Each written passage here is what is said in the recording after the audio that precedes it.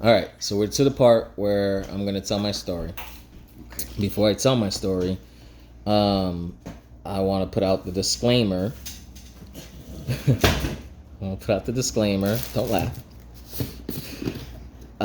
In no way am I proud of what I'm about to say. In no way am I promoting violence. In no way do I promote any kind of negative energy, hatred, anything.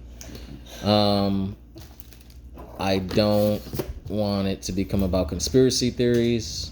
Um, I do plan on, like I said, disappearing for a little while. That's on my own. I am sick. If something happens to me, it's probably because I'm sick. So, not going down that road. Um, you can take this as fiction and just apply it to whatever your beliefs are, whether you're atheist, Buddhist, whatever. Apply it to your beliefs, internalize it, and pray on it, or meditate, or whatever your thing is. Do that. Talk to your God, and just whatever rings true to you rings true to you.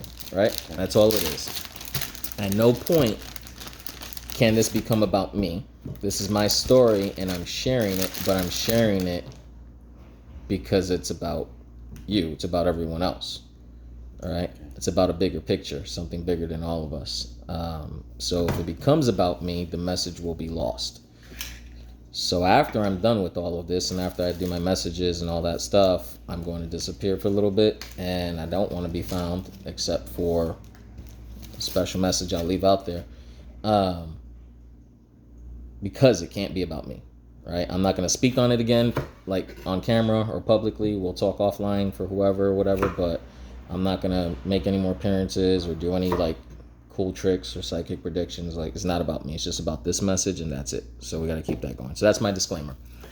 I'm going to try to start in a chronological order as best I can, just kind of picking apart the pieces that are applicable to what we're talking about here. So my earliest memory from when I was a kid, according to my mom, is when I was 2 years old. And the way that we came about that was she has a picture of us, and it was we were going through her photo album one day, and I saw the picture, and I said, I remember that day. And she's like, you do?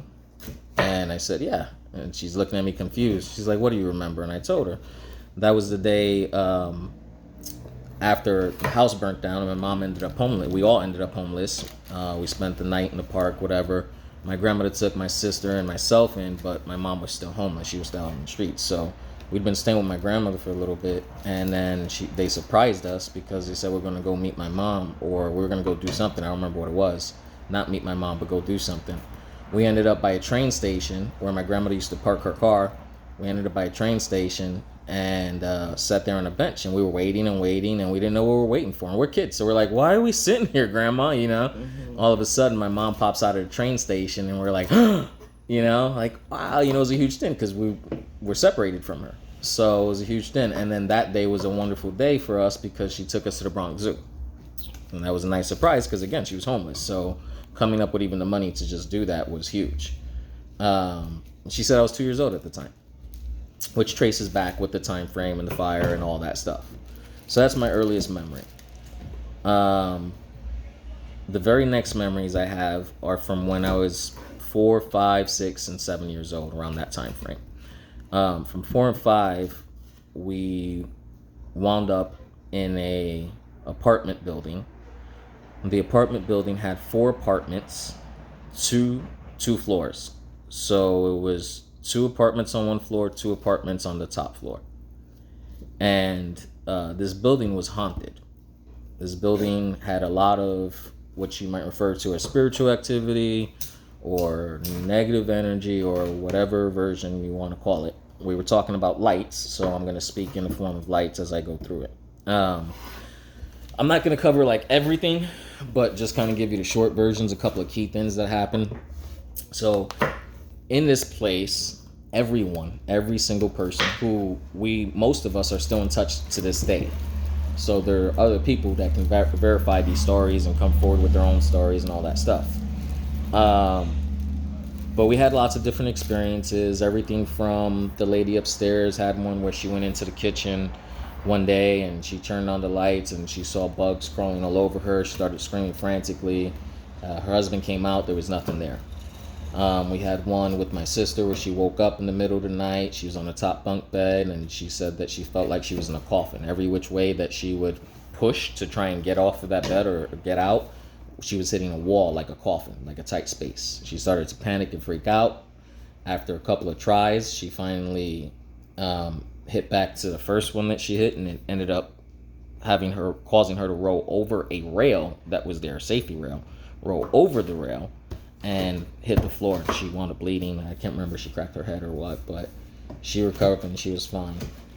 Another significant experience was I ended up paralyzed. I woke up from my sleep paralyzed the day before Halloween, and I stood paralyzed from my neck down all the way to the day after Halloween, to that very morning. And no one has ever been able to explain it, because according to the professionals, what they call sleep paralysis is supposed to be temporary, no more than a few minutes at most kind of stuff. And this lasted a few days.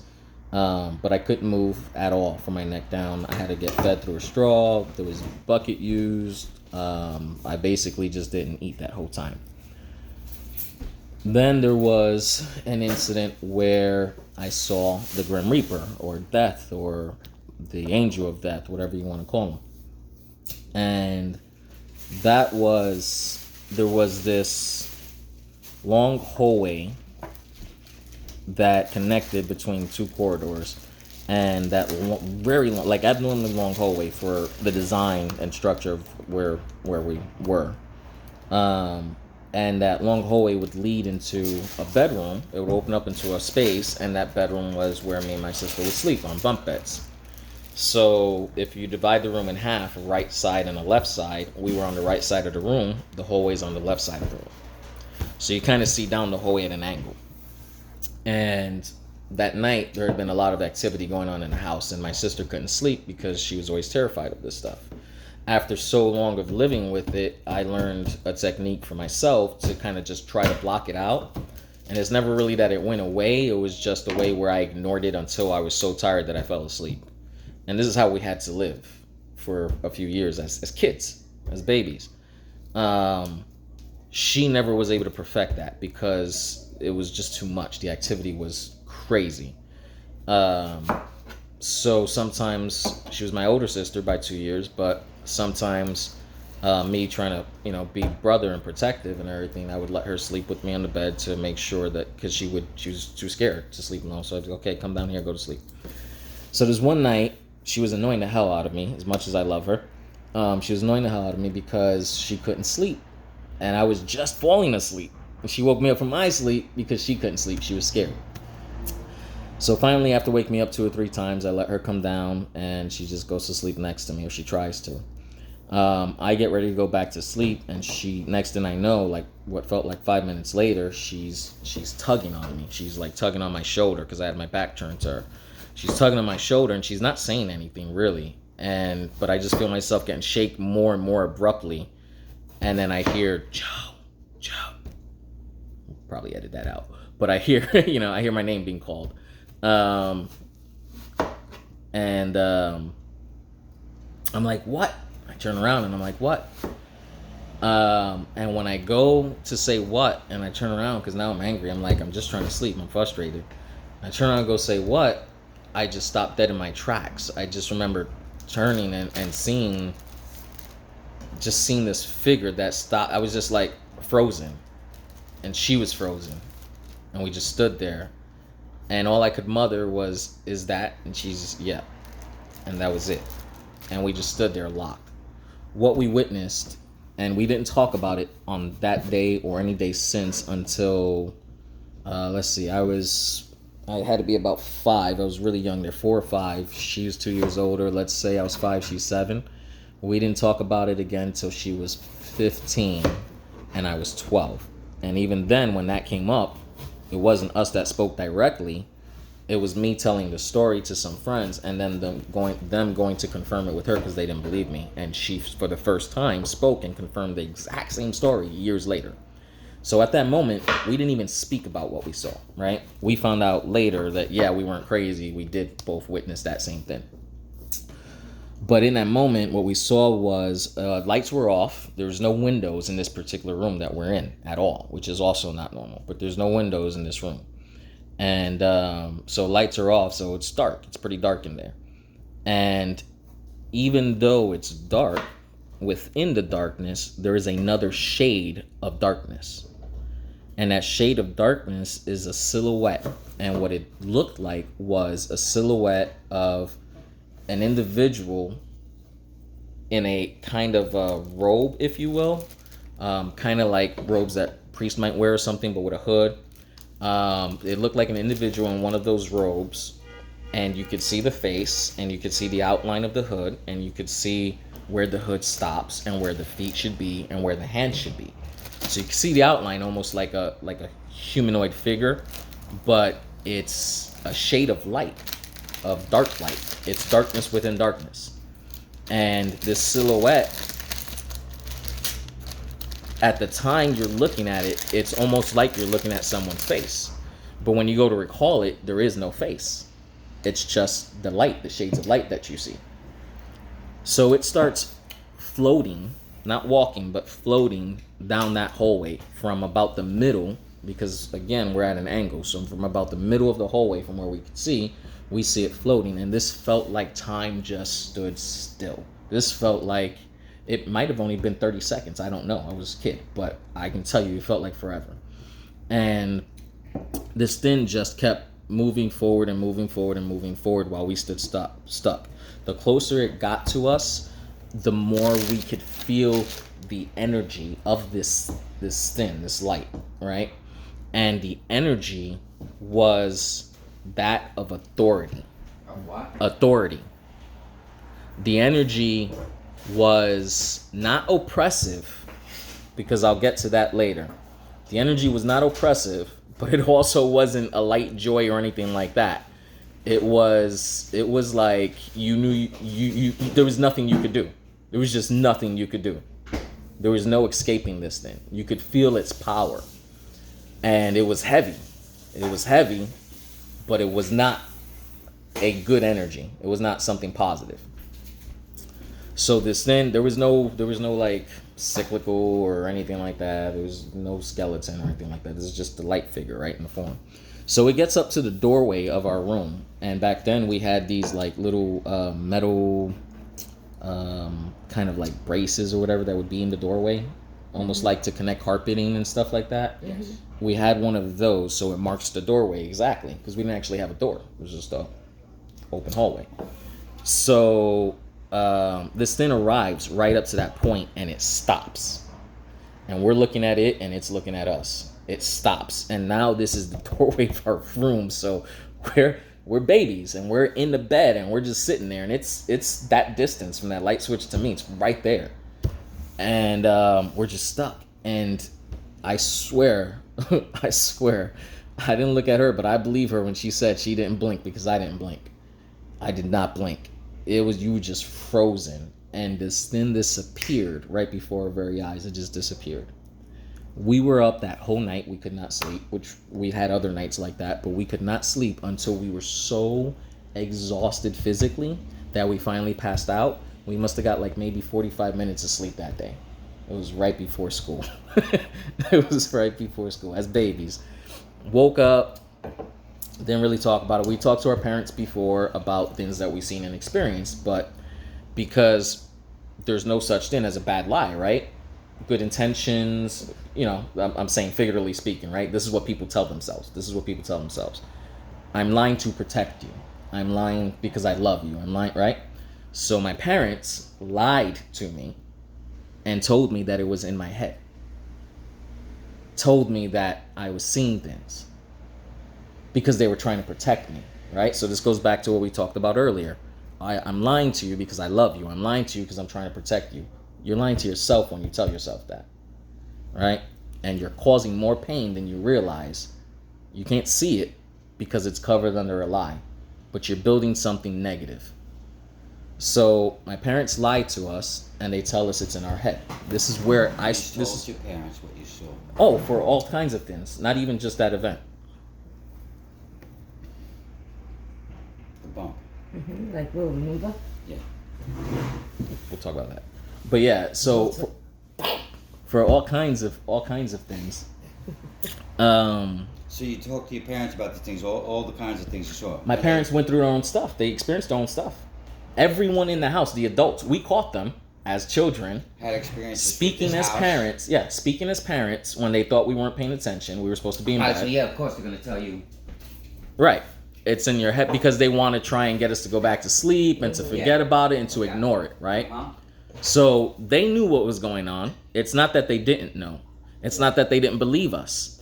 But they thought that they were doing the right thing by lying to us. And I love them. God bless. I understand. They thought they were doing the right thing by lying to us. Okay. That is where the seeds for me thinking I'm crazy started, right? Right there. Because I'm literally being told it's in my head. I'm being told I can block it out. I'm being told it's in my imagination. This is as a kid. That's where that starts. That education, that lying, right? So fast forward from there, we finally get, and we try to bless the place and priest and prayers and all kinds of rituals and stuff like that to try and clean. Nothing worked. Nothing worked. Your holiest person, nothing worked. All right, that place was bad. If you go to it today, it's actually cardboarded up around there. So we finally got out of that place and we moved on. Now I'm looking at 5, 6, 7 years old. We moved on to another place. And when we moved on to that other place, by this point, I'm starting to go to Catholic school. And on top of my regular school, it's like an after school program, 3 hours a day kind of thing, 5 days a week or whatever.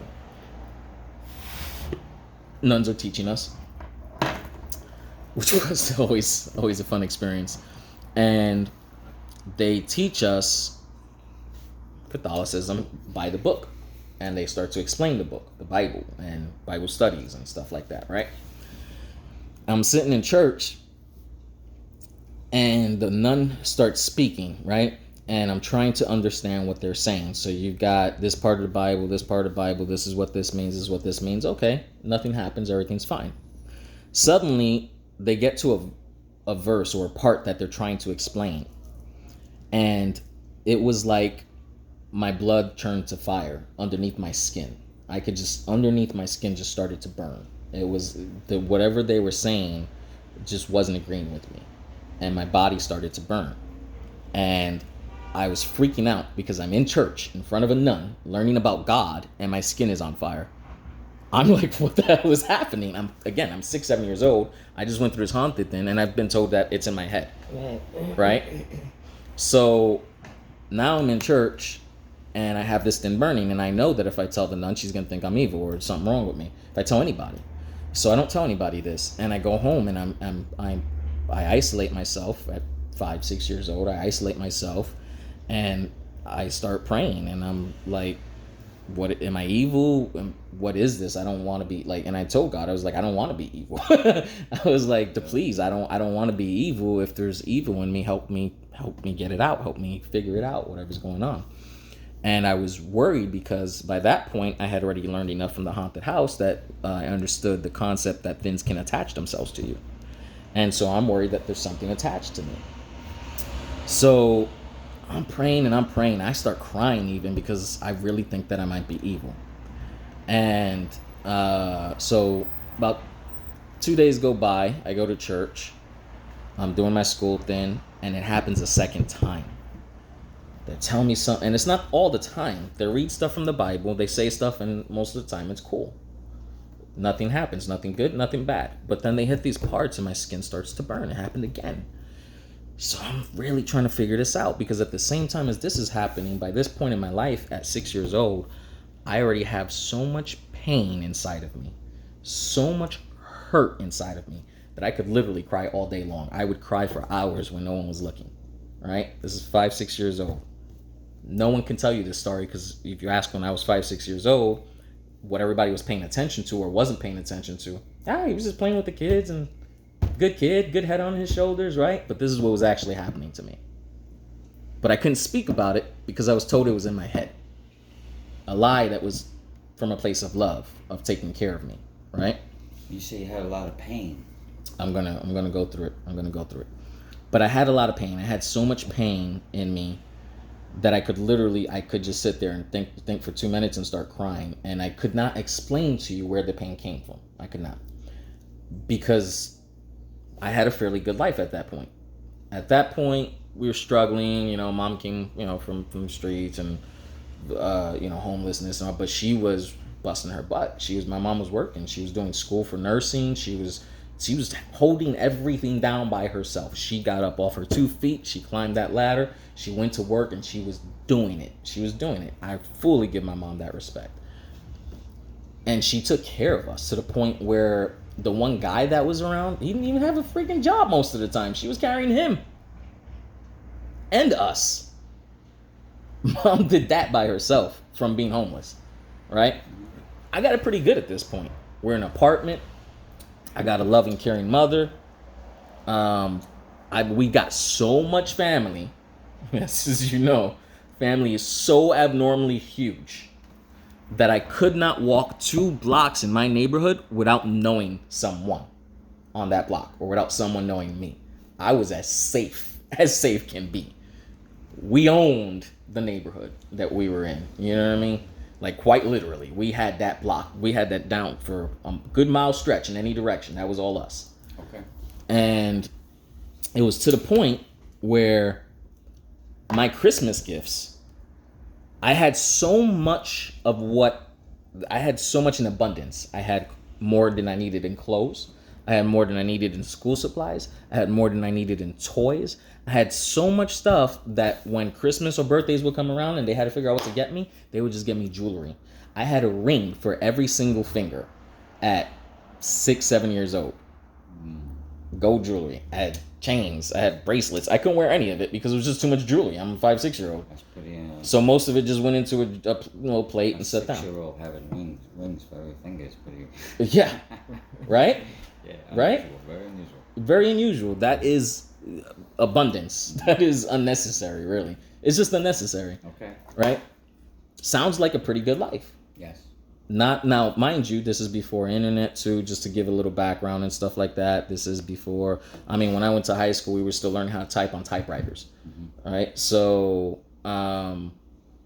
this is a time where we had a black and white TV with 32 dials on the bottom or something like that, an antenna with aluminum foil. And that's what we played our Nintendo on because that was the new tech, cool thing to have. You had Nintendo? I had Atari. The only reason I had Nintendo... No, I had Atari too. The only reason I had Nintendo was because Grandpa had... All right. Grandpa had to buy me the Nintendo because we couldn't afford it.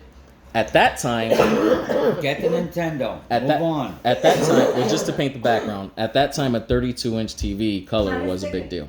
No, I'm not trying to rush you, but go ahead. All right. Move. I'm going to be like I tell Will runs over the horse like 3 times. All right, well, anyway, so... He's dead. 6-7 years old, I don't really understand where the pain's coming from or anything like that, but I just have all this enormous pain in me at that point. And I don't understand it. I don't know how to carry it. I don't understand what's happening with me. I don't understand things I've seen. I don't understand any of it. I got no one I can talk to because I'm afraid to speak because I think it might be evil. And the people that are closest to me that I could speak to keep telling me that it's in my head. So I'm like, all right. I pray. I don't want to be evil. I don't want this. Take it out of me. So the very next day, I go back to church and they hit a different part. And when they hit this other part, I became so overwhelmed with this sensation of uplifting and lightness and it was just a beautiful feeling. It was like an energy going through. It's like the energy was a drug. You know what I mean? It was like getting high off of energy. It was amazing. And this is happening in church, right in front of the nun in school. And I literally become so overwhelmed with it that I start crying in class. And at this point, my pain had been starting to turn to anger, which is part of why I was afraid. And it's starting to turn to anger because I was being taught that I could not show my pain to my enemies. I had to be strong. I had to be a man. When I cried, I was literally told by adults not to be a sissy, not to be a wussy. All right? Men don't do that. I know. So I'm learning. I was told I was told by the people who claim to love me. So I'm learning how to keep that pain in, right? And the one time I did try to talk about the pain, the question that was presented to me was, "What pain? You're a baby. From what?" That's how I was looked at, dismissed, right? Okay. So now I'm being dismissed. I'm being lied to. I'm being told not to be a sissy. I'm being told to hold in. These are the people that love me. This is how you protect me, right? But in the meantime, I'm going through the struggle on my own. Mm-hmm. So I go to church, and I get this overwhelming feeling, and I start crying, and I get back home, and I pray again, and I'm like, thank you. Thank you, thank you, thank you, thank you. Because at that age, the one thing that I could understand is he responded to my prayer. He showed me that I'm not evil, because what I felt today was good. It was positive. We were talking about how you know the difference, right? No one's teaching me this at this point. This is what I'm feeling. This is at 5, 6 years old. I'm trying to figure it out for myself. What is good? What is bad? I don't want to be bad. I'm trying to figure it out on myself. So I don't care how old you are. If you tell me you don't understand whatever you've been through, there are things that can create the illusion of you not having to understand the morality of good or bad. But inside, you know the truth. If you don't, it's because you've lied to yourself. You've allowed the rest of the world to lie to you, and you took it in and believed that as truth. You choose to ignore what's really within, right? So this is my journey. So I'm getting down, and I'm like, okay, let me try to understand this. I felt this only at certain times, this negative energy, and I only felt it twice. And I felt this positive one only at certain times. So I'm going through my Bible studies, and I'm like, what is really happening here, right? And I start going down to the source of the problem, trying to figure it out. What's wrong with, because I'm thinking it's me. I'm like, what's wrong with me?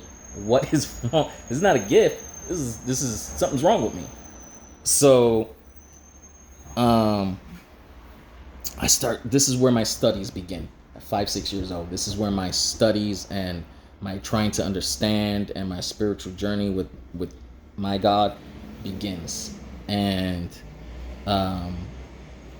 what I learned was, this is where one of the parts that burned me, they were in that Catholic church, they were saying Jesus is God. And it didn't sit with me. This is, again, no YouTube. No, this is why it's important to understand the background. I'm not getting these outside sources at that time. I don't have the resources that these kids have nowadays. So this is all internal. The reason that's important to understand is because this is my education, not my confirmation, right? This is my education. And it didn't work in the reverse. Your education has to become before confirmation. So it's not that I saw something now that's out there and took this as real. I saw things before they were out there. And then I started to receive my confirmation later in life when more and more people stood up and said, oh, I have this experience, or I do that, or I went to 2 therapists and they said, you're not crazy. This is when I started to learn that I'm not alone, that there are others like me, and that it's not me. It's not something internal to me that is dysfunctional, right? So one of the things was that whole thing with Jesus. It didn't sit well. Another thing was, the whole Jesus died and so you're absorbed with your sins and all that didn't sit well with me either. That was a burning sensation. I was like, no, we're not cleansed. It's not say 10 Hail Marys and whatever prayers and then you're cleansed and that's it, because Jesus did the rest for you and Jesus is God. No, none of that sat well with me.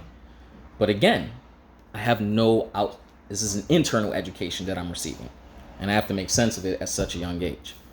So I tried my hardest to study the Bible, but at that time, there still wasn't a whole lot of child-friendly Bible interpretation type things, right? Now there's a lot more of them. But at that time, there really wasn't. So what you had was this very adult written, very complicated language to understand that needed to be taught to you by someone and explained to you and interpreted by someone. And then what you really learn is not necessarily what's in the book, but what they're telling you it says, right? So I did that, and I did that, and I did that. And what I kept finding there were parts of the Bible that agreed with me, and there were parts of the Bible that did not. And so I found myself constantly in contradiction of it to the point where I got frustrated with it. And I said, you know what? I know that this is not it. This is not the way. And I pushed the Bible aside. Catholic Church, that's not the way. I pushed that aside. And I prayed and I prayed and I prayed and I got down and I got in. And I had to pray because the whole time this is going, that pain is growing and that anger is growing. And the anger, the pain is feeding the anger. The pain is getting pushed down because we don't show pain. And that anger is growing and fostering. And as that's happening, I'm also experiencing at the time recurring nightmares about these demons chasing me or whatever. And I've been experiencing them from 6 years old to 11 years old, almost every night. 6 years old to 11 years old, the same dream, same exact dream, right? So I have negative things happening around me all the time. I'm seeing stuff. I'm hearing stuff. I can't control this and I have no one to talk to. This is my whole life, right? So, the very next thing that happens is death, church, demons. I'm going to fast forward a little bit. I get to a point where I'm about 11 years old. I've been doing this for a while now by this point, right? And I really, at this point, I have started to believe that there is something with these demons around me or in me or something. There's something dark pulling at me. Something dark pulling at me. Let me back up a little bit. That's what I wanted to talk about. So I'm going to walk in my shame a little bit. So bad when I was 6 or 7 years old, right? After I go through this thing with the church, after the haunted house, and after I'm trying to, I want to be good. This anger is building. I ended up, we had a beautiful little dog that was like a Shih Tzu mix or something like that, right? Good dog, great spirit, all of that. And when I would get angry at something and I couldn't control it and I couldn't do anything about it, I would lash out on the dog. I was a kid, so I didn't beat the dog to like death or made it bleed or anything like that. I would lash out the dog when no one was looking. It wasn't significant enough for anyone to notice that the dog was hurt or anything like that. But it was significant enough that I was letting my anger out on the dog for no reason, right? Because I had nowhere else to go. I had no other outlet. So this poor animal is suffering the wrath of my anger because of a pain that I don't understand because I have no outlet because I've been lied to. You see how this all comes together, right? Okay, so to this day and to my dying breath, I will never wash off the dirt of me beating that dog as a baby, as a 5-6-year-old, right? I got to carry that guilt regardless. So I don't talk about this for me. There's nothing I gain from this. I talk about this because somebody needs to hear it, right? I talk about this because instead of me sitting here and saying, this is what you've done to me, this is your shame, this is the things there's a lot of things I know, and we're going to get to that about my loved ones and that they don't know I know, right? And then when I try to confront them, it becomes an